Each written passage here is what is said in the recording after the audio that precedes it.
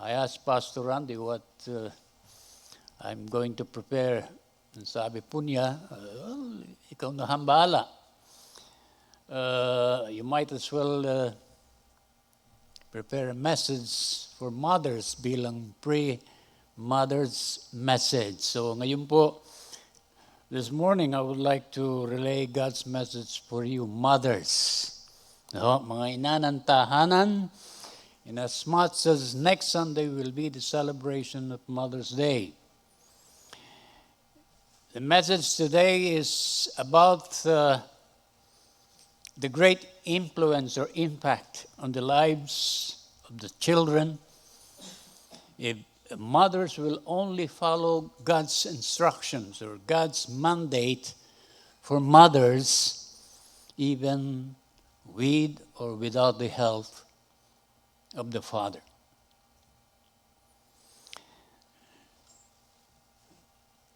Kindly put the screen yung ating pong text in 2 Timothy verse 1 to 5.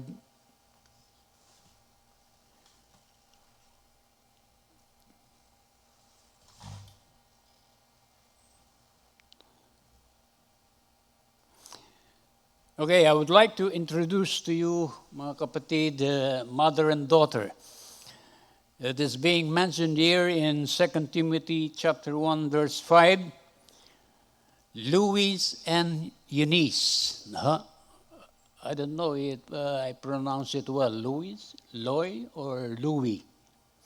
Sa Tagalog na lang po, para hindi tayo magkamali, Loida. No. Kasi po, kung minsan po, mali ang dating pag ang pronunciation po ng mga pangalan na nagagalit po ay yung iba. Just like other people from other countries pronounce Canada as Canada, di ba? And pronounce the Philippines as Pimpine. Yun po, no? So let's just call it Loida. No? So Loida and Eunice, ano po? The Bible does not give enough information about these two, Loida and Eunice.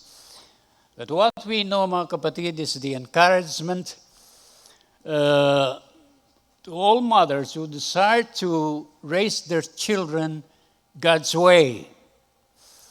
No, si Loida and Eunice, yan po ay mother and daughter tandem who help each other in raising Timothy as a child of God, as a servant of God, as a trusted and a disciple of Apostle Paul.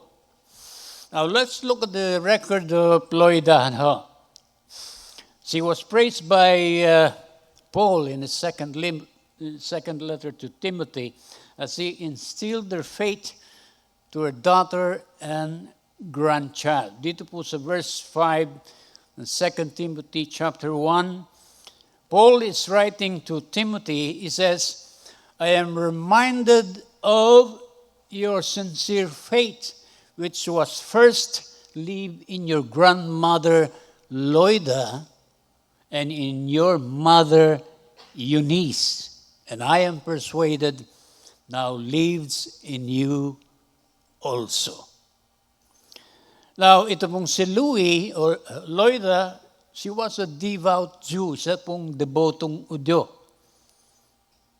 Yung kapampangan kosyang niya po. And there is no doubt that she taught the Holy Scriptures to her daughter and grandchild.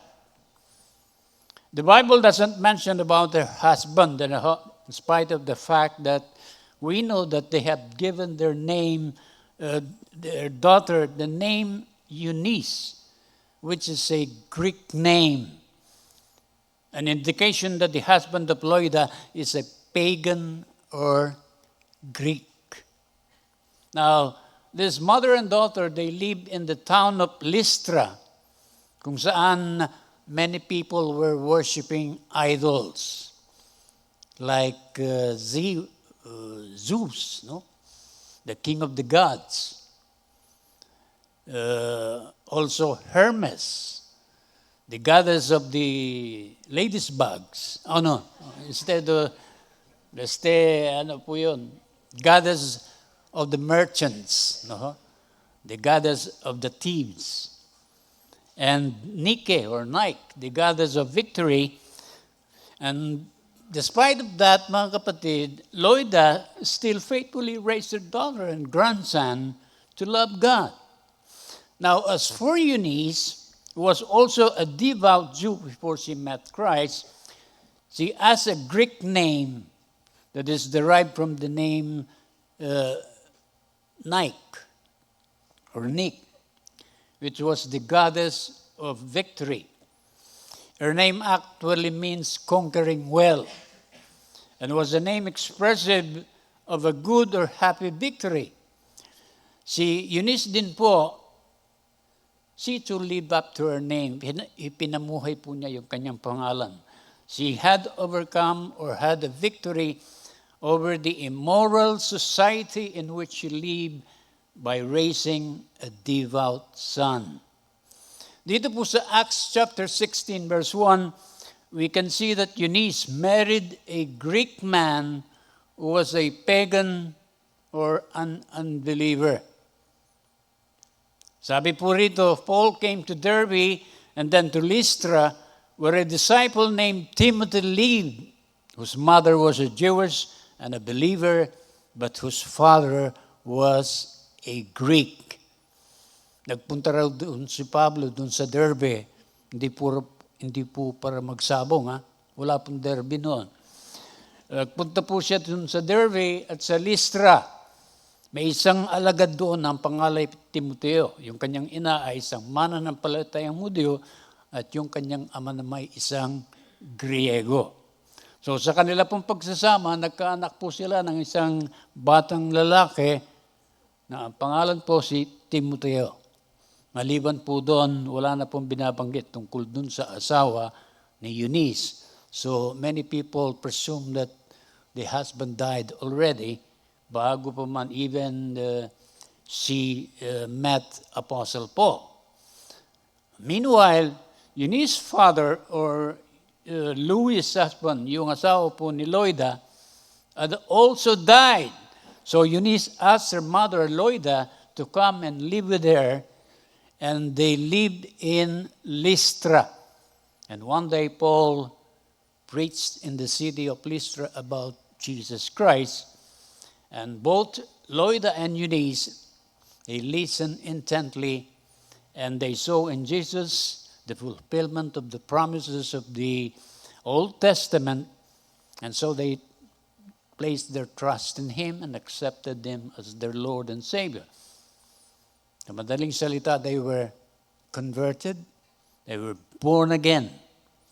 And these new believers, Loida and Eunice, in turn focused on teaching Timothy all about who Jesus was.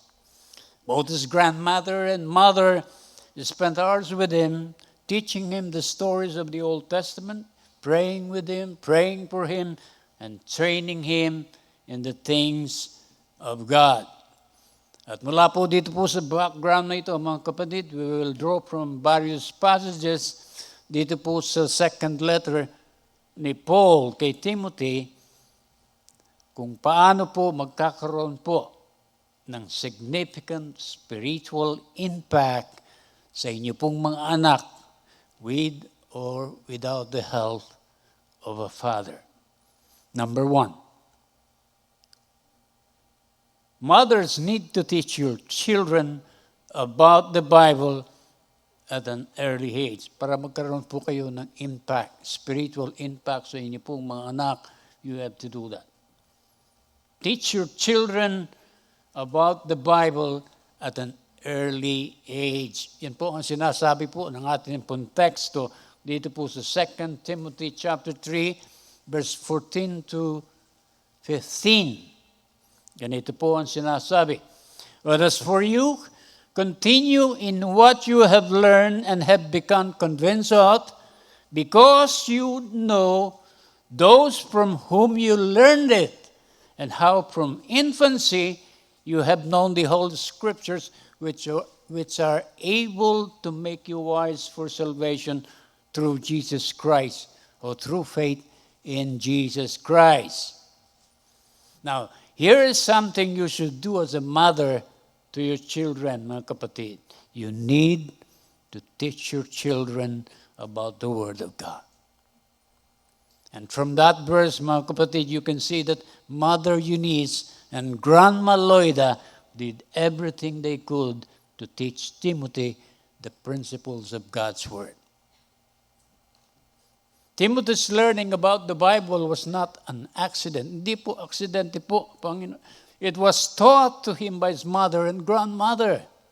Hindi naman po tumibay yung pananampalataya po ni Timoteo nang sa sarili po niyang kakayan lang. Sa halip, inuhubog po siya. Ginabayan po siya ng kanyang ina, ginabayan po siya ng kanyang lola. At nagpatuloy po si Timoteo dun sa kanyang mga natutunan at pinaninindigan. Base po sa salita po ng Diyos. He did not just memorize the words of God that he learned from his mother and grandmother, but he took them to heart and lived them out. Ipinamuhay po niya, mga kapatid. Timothy did this because he saw it firsthand in the lives of his mother and grandmother Louis. Eunice and Loida were good role models for Timothy, mga kapatid. And this truth is clearly seen in verse 15. Sabi po dun sa verse 15, and how from infancy you have known the Holy Scriptures, which are able to make you wise for salvation through faith in Jesus Christ. Mula po sa pagkabata, alam mo na ang banal na kasulatan na may kapangyarihang magbigay sa iyo ng karunungan tungo sa kaligtasan sa pamamagitan ng pananampalataya kay Kristo. Alam po niyo, sa kaugalian po ng mga debotong Hudyo, si Lola Loida at si Nanay Eunice, itinuro po nila ang banal na kasulatan kay Timoteo mula pa doon sa kanyang pagkabata. The word infancy here, in other translation, refers to a child, a toddler, batang paslit. Louis, Loida, and Eunice, they help each other. Nagtulungan po para mabigyan po ng first class, dekalidad na Bible Study Fellowship para kay Timoteo. Bago pa man po siya makalakad o bago pa man po siya gumapang. They read him stories about Samson, about Samuel, about Noah, about Ruth, about Abraham. They did everything they could to give Timothy the opportunity to learn the Bible. They truly lived God's command in Deuteronomy chapter 6 verse 4-7. Ito po ang tinatawag na Shema, the prayer of the Israelites. Ito po ang nire-recite ng mga Israelitas every day of their lives, morning and evening. They recite this prayer. Hear, O Israel, the Lord our God, the Lord is one. Love the Lord your God with all your heart and with all your soul and with all your strength. These commandments that I give you today are to be in your hearts. Impress them on your children. Talk about them when you sit at home and when you walk along the road and when you lie down and when you get up. Pakinggan mo, Israel, si Yahweh ang ating Diyos, ang tanging Yahweh. Ibigin si Yahweh ang iyong Diyos ng buong puso, buong kaluluwa at buong lakas. Ang mga utos niya'y itanim ninyo sa inyong mga puso. Ituro ninyo ito sa inyong pong mga anak. Pag-aralan niyo ito sa inyong tahanan, sa inyong paglalakbay, sa inyong pagtulog, sa gabi at sa inyong pagbangon sa umaga. Because the Word of God was in the heart of Loida and Eunice, and because they lived the Word of God, they impressed the Word of God on Timothy and that they instilled the Word of God in him.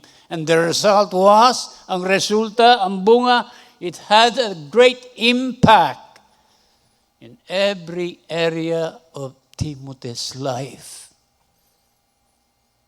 Mothers, it's not too late, hindi pa huli ang lahat, to start teaching the Word of God to your children, mga kapatid. No one else can replace your role in your child's life. Neither the DSWD, the Department of Social Welfare and Development, o kaya yung barangay daycare center ninyo can replace you in your obligation to teach the Word of God to your children.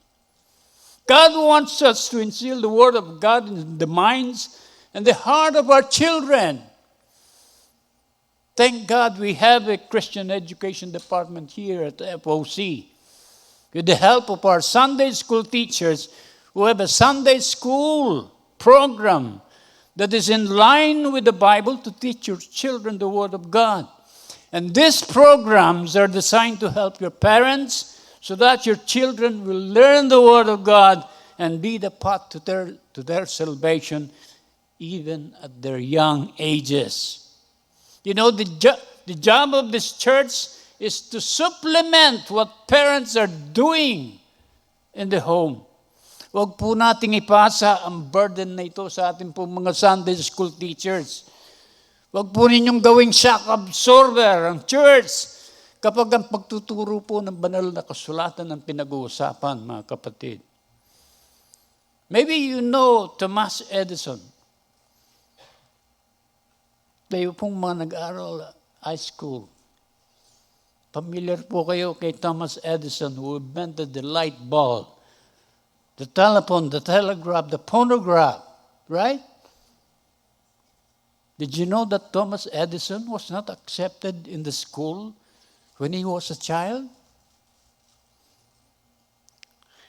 His teacher said to his mother, "Oh, your son is so stupid. And there's nothing we can help to help this child." Sabi po nung kanyang teacher. Do you know what their mother replied? Thomas' mother replied, "You don't know my son. I will be the one to teach him." And you know what, mga kapatid? Thomas Edison grew up to be one of the smartest people ever lived. You know, a mother's influence on her offspring cannot be bought, mga kapatid. Hindi maaring tawaran po ang impluensya ng isang ina doon sa kanya pong mga supling. Kung ano po tayo ngayon, utang po natin sa ating pong mga nanay, mga kapatid. We owe what we are today to our mothers. Remember, mothers, you can make a significant spiritual impact on your children with or without the help of a father. Teaching our children in the way of God is considered to be our divine and sacred duty. We need to lay a strong biblical foundation on our children's hearts and minds. Marami naman po sa mga paniniwala po ngayon, mga kapatid, sa ating pong kapanahunan ang makaka-impluensya po sa ating pong mga anak, sa ating pong mga kabataan. Nariyan po ang television, ang music, ang mga guro sa paaralan. Nariyan po ang social media. Nariyan po yung mga kaibigan. Halimbawa, kung ang mga barkada po ng mga anak ninyo ay mga, let's say they are bad. What does the Bible says? Bad company corrupt good morals. Ang masasamang kasama ay nakasisira ng mabuting pagkatao. Kaya kung hindi po natin gagabayan ang ating pong mga kabataan, mananahimik na lang ba tayo? May lalayo po sila ng mga ito sa Diyos. Kaya naman po bilang nakaranas po ng kagandaang loob po ng Diyos, gabayan po natin ng ating pong mga anak. Ng ating pong mga kabataan palapit po sa Diyos. And the sooner, the better. Number 2 na dapat pong gawin so you can have a spiritual impact on your children is by instilling within them an authentic and sincere faith. That's number 2. Isalin po ang tunay at tapat na pananampalataya. We see that in 2 Timothy chapter 1, verse 5. Again, I will repeat it. I am reminded of your sincere faith, which first lived in your grandmother Louis and in your mother Eunice, and I am persuaded now lives in you also. Hindi ko nakalilimutan ang iyong pananampalataya, ang tapat mong pananampalataya na unang tinaglay ng iyong lolang Loida at ang iyong inang si Eunice. At natitiyak kong nasa iyo ang pananampalatayang ito. Alam po ninyo, marami pong mga Kristiyano. Many Christians testify that they became believers because of the influence and example of their faithful parents. And the same thing happened here to Timothy. Here Paul considers the faith of Timothy's mother and grandmother. Timothy was led to believe in Christ because of the faith of her grandmother and mother. Although a person does not become a believer just because their parents are believers. Hindi ko mo pastor ang tatay nyo.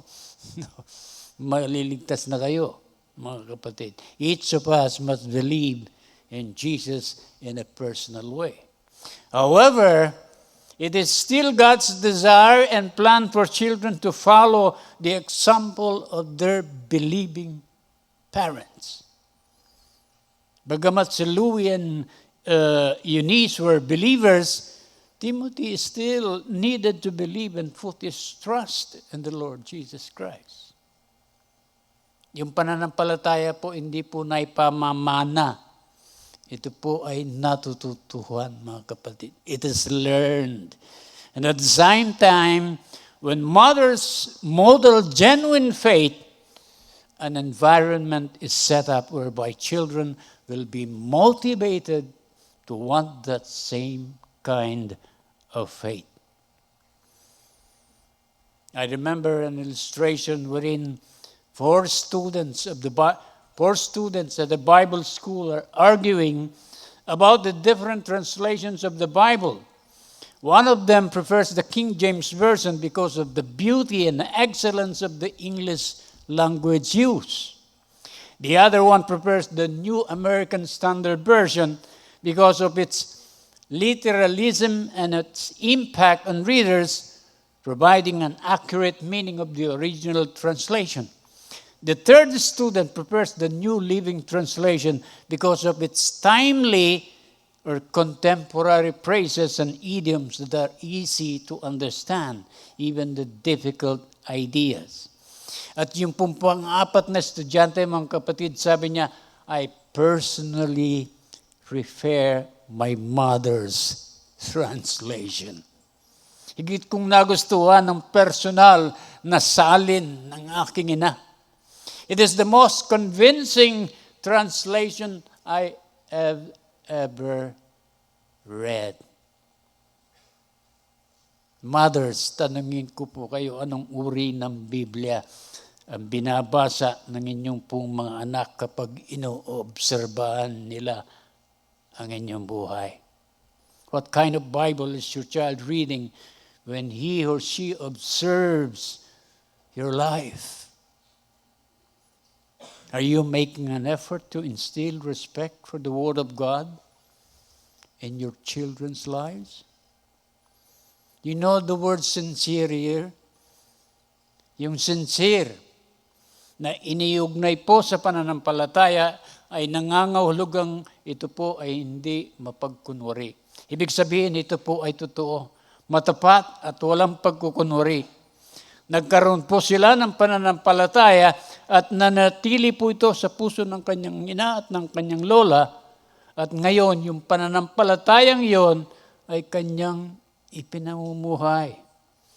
These two mothers were fully devoted and completely committed. At alam po yan ni Timothy. Wala na po sigurong git na nakakaalam kung tunay o genuine ang pananampalataya po ng isang ina maliban po doon sa kanyang anak. Now, isipin po ninyo ang tungkol po sa itinuturo po ninyo sa inyo pong mga anak. Di ba natututo po sila sa pamamagitan ng panonood, paggaya sa kanila pong mga magulang?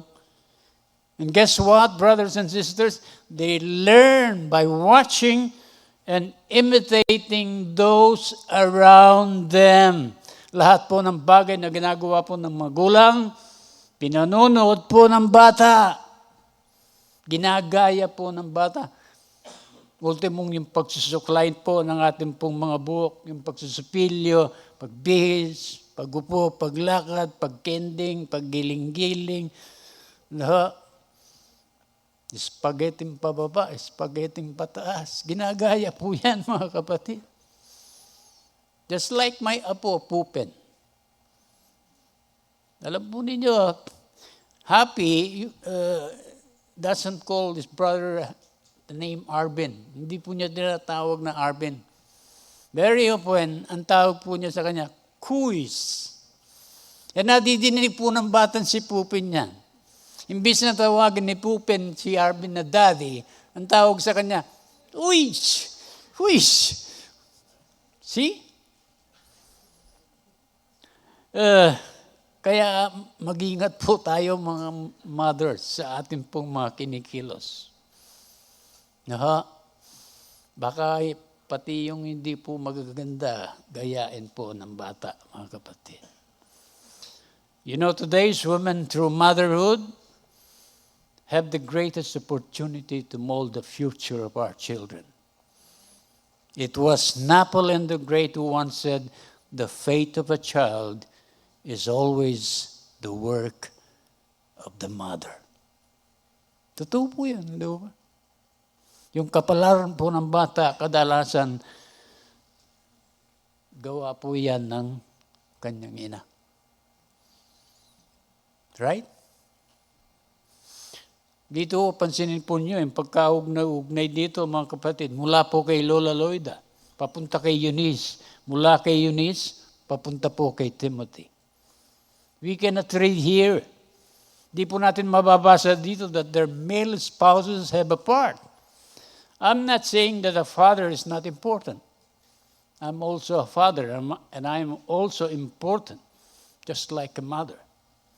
What I'm saying is this, mga kapatid, a mother can have a significant impact, spiritual impact or effect on the lives of his children, even without the help of her husband.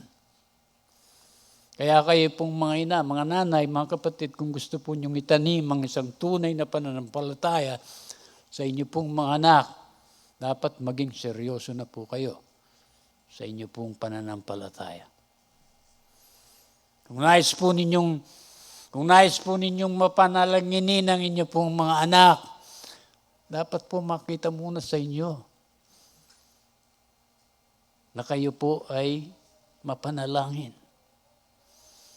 If you want your children to attend Sunday worship services, kung gusto po niyong maging palasimba ang inyo pong mga anak, dapat mismo sa inyo, magpakita kayo ng halimbawa na you are a regular attender of the worship service. Hindi yung CEO kayo Christian, CEO, nag-a-attend lang ng during Christmas and Easter only.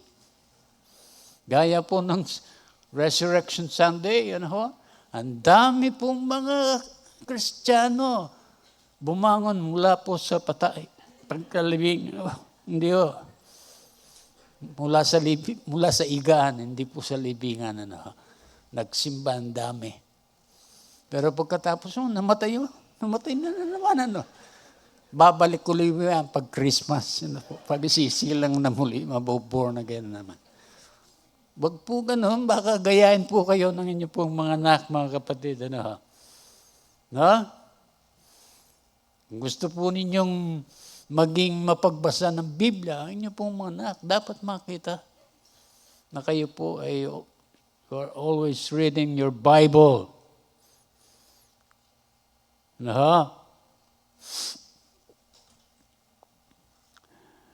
So help your children grow spiritually. Bring your kids to Sunday school, mga kapatid. Participate in the life and mission of the church. And you will send a strong message to your children, mga kapatid. And the third way to impact your children is to instill within them a desire to minister. That's number 3. Instill within them a desire to minister. After Paul preached in Lystra and Timothy was converted, he returned a short while later. Let's pick this story up in Acts 16, chapter 1, verse 3. And sabi po doon, Paul came to Derbe and then to Lystra, where a disciple named Timothy lived, whose mother was a Jewess and a believer, but whose father was a Greek. The believers at Lystra and Iconium spoke well of him. Paul wanted to take him along on the journey, so he circumcised him because of the Jews who live in that area, for they all knew that his father was a Greek. So meron pong 3 qualities in Timothy that were no doubt passed down from his mother and his grandmother. Number 1, first of all, Timothy was a great and strong believer. Diyan po sa talatang yan, he was referred to a disciple. You know, Luke, the author of Acts, could have referred him as a believer or a Christian, pero he chose to call him a disciple. Disciple. What is a disciple? A disciple is a learner, a follower. A disciple was one who was serious about Christ, not just one who was going through the motion. As we have already established, mga kapatid, his mother modeled this type of authentic, genuine, and sincere, no-holds-barred faith. Pangalawa, Timothy had a good reputation. Yung pong mananampalataya dun sa kanilang lugar, mga kapatid, dun sa Lystra, ay mayroon pong mataas na pagtingin kay Timoteo. People knew him as a man of integrity and as a man of the word. He's not ashamed to do whatever he believes is right. He stands firm and confidently share his beliefs with others, which may inspire them to believe in Jesus Christ as their Lord and Savior. Talagang rock solid po ang pananampalataya po niya.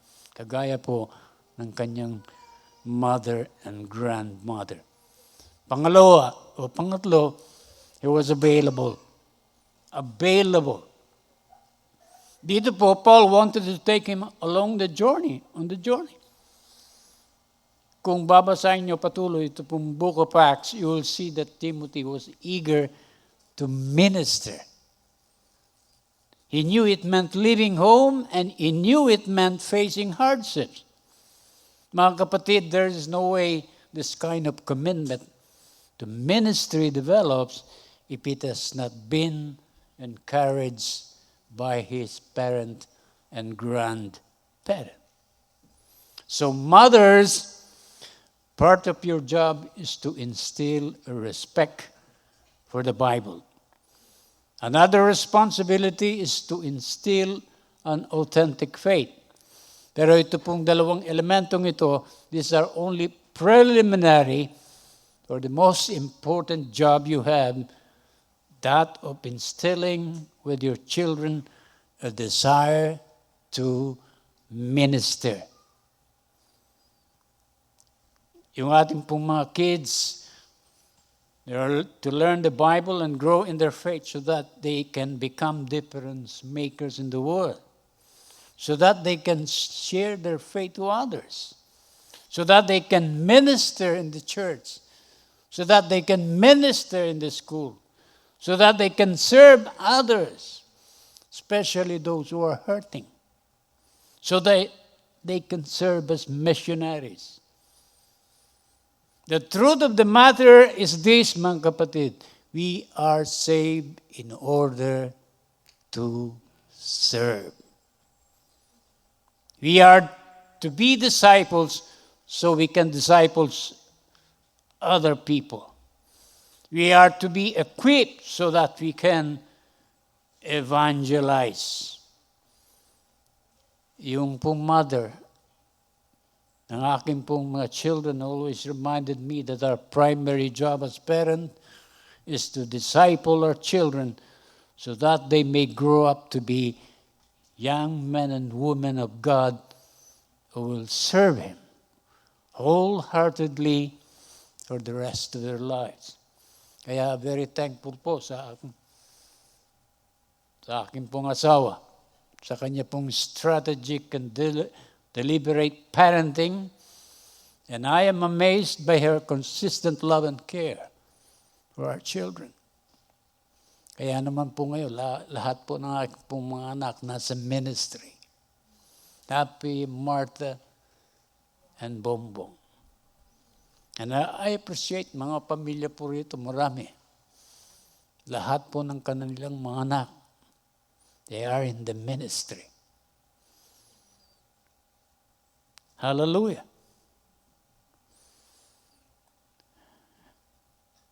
They are to be praised. No? Magganong klase po ng ina, mga kapatid.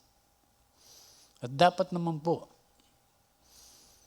na-guide po natin ang ating pong mga anak sa ministry. They should serve the church. Alam po niyo, sa church po, marami pong bakante yan. Hindi kagaya po sa mga companies, kung kayo mag-apply, you consider no vacancy. Sa church po, marami pong bakante. Welcome na. Welcome po kayong mag-serve, mga kapatid. All you have to do is to volunteer. And besides, bahagi po kayo ng iglesia. Binigyan po kayo ng Diyos ng kaloob para gamitin po yan. Hindi po para sa inyong kapakanan, kundi sa kapakanan po ng iglesia. Huwag niyong sabihin wala po kayong talent. God gave us 5 talents, 4, 2, 1. Wala pong etsipwera. Mayroon po tayong kaloob. Mayroon po tayong talent. Mari po natin gamitin sa ministry. So sa araw pong ito, samahan po natin si Apostle Paul na parangalan po natin yung ating pong mga ina, mga kapatid. Bawat ina ng pamilya. First, parangalan po natin sila. Honor them for their love. Dahil po sa kanila pong pagmamahal sa atin. May maaari bang magmahal ng higit sa isang ina, mga kapatid? Mula sa paglilihi, pagdadalang tao, panganganak, pagpapalaki ng anak. Ang ina po ang nagdadala ng napakalaking responsibilidad. At ang lahat pong ito ay ginagawa po niya, hindi lamang po bilang isang tungkulin, kundi bunga po ng pagmamahal sa kanya po mga sapling. Ang bawat nanay ay sibol po ng pagmamahal ng kanyang pamilya. Ang mga nanay po, modelo po yan ng paglilingkod. Nakakalungkot nga lang po, they are often ignored. Madalas hindi po sila pinapansin. They are not appreciated by their spouse. They are not appreciated by their children. Madalas pa nga napipintasan pa eh. Hindi ko ba? Dahil kulang lang sa alat yung niluluto niya, pinipintasan na. O kaya hindi agad siya nakapaglaban ng mga uniforme ng mga bata. They often live like servants, kung hindi man po alipin, mga kapatid. Ang mga nanay na po natin, they're multitasking. Kayang sabay gawin ang lahat. Magpadede, habang nagpapadede, nagbabasa. Nag-iisip kung anong niluluto mamaya at kung paano po pasasayin si Mister pag-uwi. Mothers are truly one of a kind. Di ba? Second, let us honor them for the depth of their influence in their children's lives. Sabi ko nga po, hindi po maring tawaran yung impluensya po ng isang ina doon sa kanya pong mga supling. Kung ano po tayo ngayon, utang po natin sa ating pong mga nanay. Alam po nyo, sinasabing ang pag-ibig po ng Diyos ay nakikita po sa pagmamahal po ng ina. Sa anak, busilak, dalisay, wagas at tunay. Kaya nga po, inihahambing po ang pag-ibig po ng Diyos dun sa pag-ibig ng ina dun sa kanyang anak. Sa Isaiah 49:15, pakinggan po niyo sinasabi po ng Isaiah kung saan inahambing po. The love of God is being compared to the love of mother to his child. It says here in verse 15, can a mother forget the baby at her breast and have no compassion on the child she has born? Though she may forget, I will not forget you. Ang sabi ni Yahweh, malilimot ba ng ina yung kanyang sarili niyang anak? Hindi kaya niya mahalin ang sanggol niyang iniluwal? Kung mayroon mang inang lumimot sa kanyang anak, hindi ko kayo kalilimutan kahit sandali. I asked you, tanungin ko po kayo, kaya bang lumimot ng mga nanay? Yung salitang malilimot dito po, yung malilimot kaya, ito po ay nagpapakita ng kakayahan. Kaya niya kaya? Can she do it? Pilitin man niyang lumimot, kaya ba niya? Posible ba? Yung anak na binabanggit po rito, mga kapatid, literal na salin, pasusuing sanggol. Can she forget his nursing child? Kapag ang anak niya iyak ng iyak dahil gutom at walang ibang pwedeng makain maliban po sa gatas ng ina, anong gagawin po ng ina? Panonoorin na lang? Walang gagawin? Imposible. Kahit po ako tulog na tulog sa ating gabi, pero yung asawa ko, babangon at babangon po yan para padedein si Happy o kaya si Bumbong. Kahit kayo po mga mother. Kayo po, ganun po ang gagawin nyo. Di ba? Kahit na antok po kayo, hindi po nyo malilimutang alagaan ng inyong anak.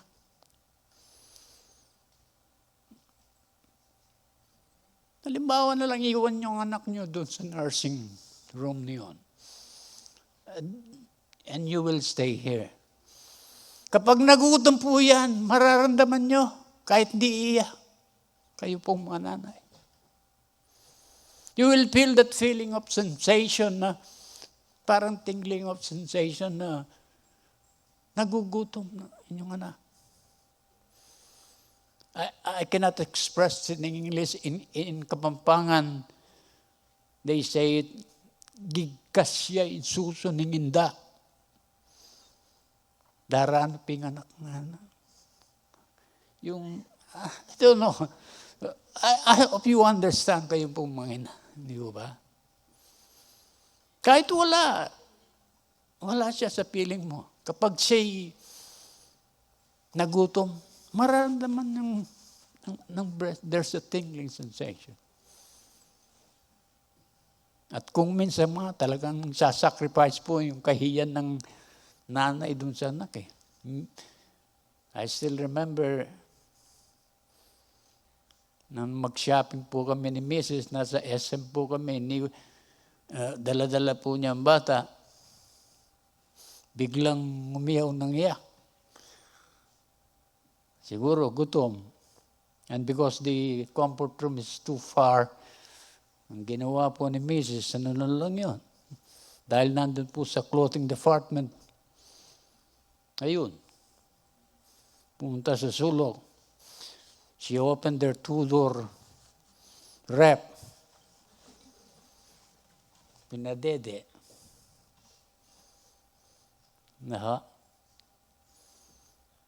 Parang ako pang napahiya sa akin sarili sa ginawa niya. Walang iyan, di ba?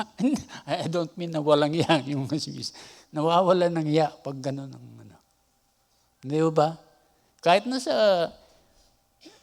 even when you travel riding on a bus, kapag nagutom, sa sidewalk, mag-sideline kayo.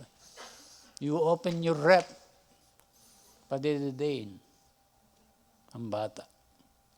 Ganun ang sakripisyo. Pati kahihiyan, siya na sacrifice po. Ganon kamahal ang ina yung kanyang anak. Again, kaya bang lumimot ng mga nanay? Parang imposible yan po. Pero it's possible. Siguro ang gagawa lang mga siraulo eh. No? Hindi mo pasusuin yung sanggol mo. Sira yung tuktok nun. No? May toyo sa ulo. Mga ganong lumilimot dun sa kanila pong mga anak. Ganyan po, inihambing in the love of God. Yung pag-ibig po ng Diyos, inihambing po ng pagmamahal ng ina dun sa kanya pong mga anak. And you know, very often in our busy days, we tend to forget to show our mothers how much we love them and how much important they are in our lives, mga kapatid. Blessed are the children who had their mothers with them until now. Mapalad po sila. Samantalang yung iba can only long for them. So let's not waste and miss every opportunity to show them our gratitude and love.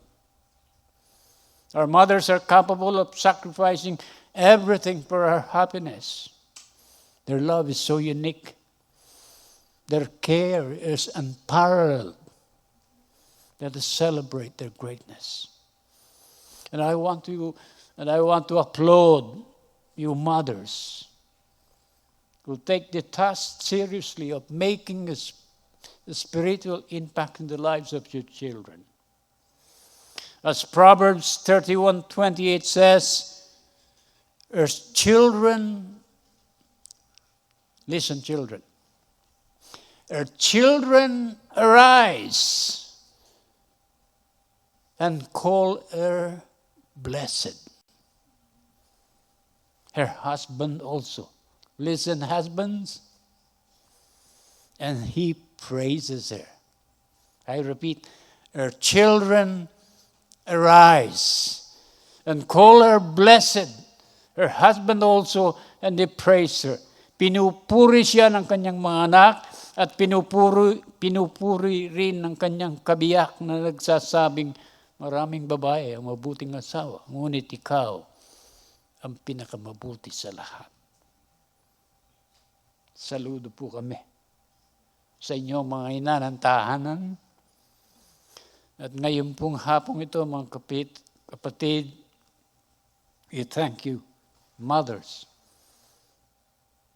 for pouring your lives into us. May I request everyone, except for mothers, to stand? May I request everyone to stand? Especially your children, especially husband. Sabi po ng Bible, Proverbs 31:30, but a woman who fears the Lord is to be praised.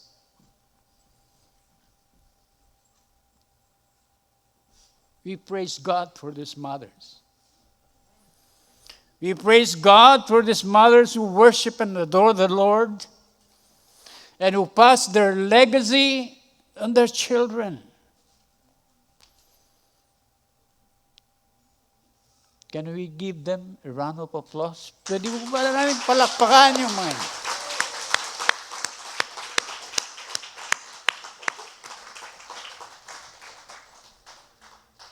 Mas maganda pa siguro po sa palakpak, mga kapatid, if we will apply what we have just read in the Bible. Her children arise, her husband arise, and call her blessed. Children, can you approach your mothers and praise her and thank her and love them and call her blessed? Pwede ba? Husbands also. And if you are not a husband, if you are only a friend, a neighbor, tell them. Call her blessed. Mapalad ka. Hallelujah. Glory to God. Hallelujah.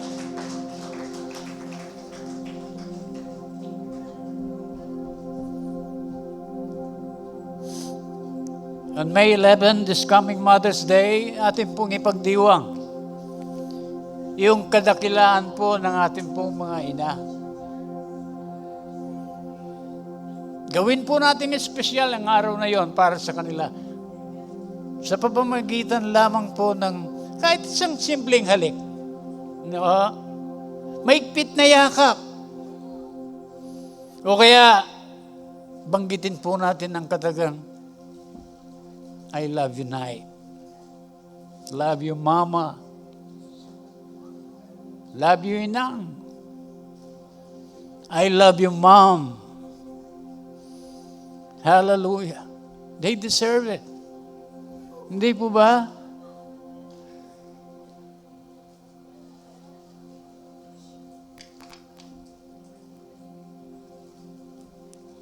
Shall always stand and let's pray. Hallelujah.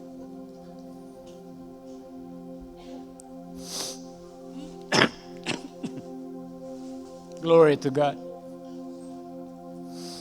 Hallelujah. Dear Heavenly Father, our gracious God, dumudulog po kami sa inyo pong harapan ngayon pong hapong ito, Panginoon Diyos. Sa ngalan po ng mga inanantahanan na inyo pong pinagkatiwalaan, pangangalaga po sa kanila pong mga anak. Papasalamat po kami, Panginoon Diyos. Nagpupuri po kami. Nilalang po ninyo ang bawat ina ng tahanan. At binigyan niyo po sila ng mga kakaibang mga talento at mga kaloob. Salamat po sa pagmamalasakit po nila. Sa sakripisyong ipinagkakaloob po nila sa kanila pong mga anak. Mula po sa paglilihi, panganganak, pag-aaruga, pagbabantay, paggising sa ating gabi, sa umaga o madaling araw man, mapakain lang po nila yung kanilang mga nagugutom na mga anak. Maraming pong salamat sa mga ina na nag-uukol po ng panahon para matutuhan, maituro ang banal na kasulatan sa kanila pong mga anak. Kahit sila po ay mga working moms, okay, tatrabaho sa kanila pong mga pamamahay. We thank you, Lord, for their flexibility. Para sa kanila pong walang kapaguran, Panginoon Diyos, sa kanila pong sigasig, sa kanila pong katyagaan at maging sa kanila pong debosyon, Panginoon. Bigyan niyo po sila ng lakas ng loob. Kalusugan po ng kanila pong mga pangangatawang pisikal. Lalong-lalo na po, Panginoong Diyos, sa mga mahirap na sitwasyon ng kanila pong buhay. We ask you to be the source of their spiritual and physical strength, Lord God. We ask you to be their daily bread of tired mothers. We ask you to be their living water. Teach them, Lord, that they cannot meet every need of their child's life, but that you can, Lord. And grant them wisdom. Grant them guidance to teach and train their children in the right path, so that then when they grow, they will not forget it, Lord. Above all, this day, when we pay tribute to these mothers and honor the mothers of the household, help us, their children, to love them even more and to value this woman who gave birth to them, who nurtured them and prayed for their well-being. Grant them your favor, O Lord, and let your blessings overflow upon them, which they rightfully deserve to accept in their lives, especially on this very special day and every day of their lives.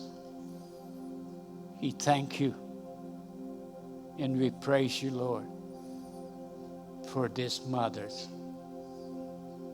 This is our prayer. In Jesus' mighty name. All God's people say, Amen.